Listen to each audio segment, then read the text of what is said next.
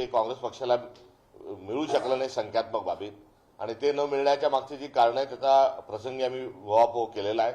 मी या मुंबईच्या निकालाच्या अनुषंगानं सर्वात आधी मी राहुल नार्वेकरांचं अभिनंदन करतो की त्यांनी ज्या पद्धतीनं जाऊन स्वतःच्या बहिणीला, भाऊजाईला आणि भावाला निवडून आणण्याकरता केलेला जो खटाटोप होता तो त्यांचा यशस्वी झाला.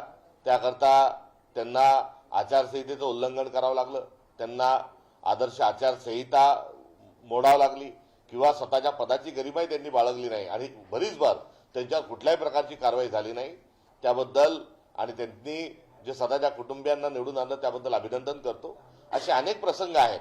मात्र या सर्वांच्या अनुषंगानं आता निवडणुकीच्या निकालानंतर जी आमच्या संदर्भात जी टीका होती त्यामध्ये कुठल्याही प्रकारचा अर्थ नाही. कारण काँग्रेस आणि शिवसेना परंपरेने 2017ला आम्ही एकमेकांच्या विरोधात लढलो होतो, 2012लाही लढलो होतो, 2007लाही लढलो होतो, 2002लाही आमची तशीच लढत झाली होती, 97ला झाली होती. त्यामुळे मुंबईमध्ये काँग्रेस आणि शिवसेना ही एकमेकांच्या विरोधात सातत्याने लढत राहिली.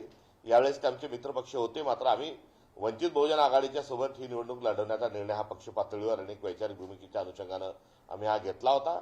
आणि आता निकालाच्या आकडेवारीवरून जी आमच्यावर टीका होत आहे ही एकांगी आहे, असा कुठल्याही प्रकारचा हा भाग नाही. पण वंचितकडनंच तुम्हाला तुमच्यावर आरोप केला आहे की आम्हाला कुठेतरी एकटं सोडलं, एकूणच मुंबई महापालिकेसाठी कुठेतरी एकत्र येऊ शकले नाही. त्याबरोबरच त्यांनी इतर ठिकाणी अत्यंत समन्वयाने आम्ही निवडणुकीचा प्रचार केला, लातूरमध्ये केला, नांदेडमध्ये केला, याचाही त्यांनी उल्लेख केला.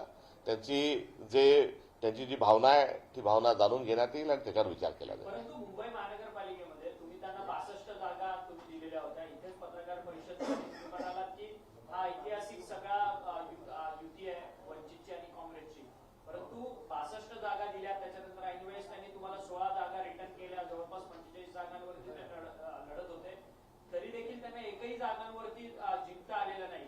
त्यामुळे कुठेतरी काँग्रेसला फटका बसला का? जर एकला चलोरीची भूमिका घेतली असते तर काँग्रेसचे सीट्स वाढले असते. मी इथे बसलो त्या दिवशीच आपण मला आठवण करून दिली, मी आभारी आहे. मी त्या दिवशीच आपल्याला सांगितलं होतं की हा जय पराजयाचा नाही, हा संख्येचा खेळ नाही, हा विचारांचा मेळ आहे.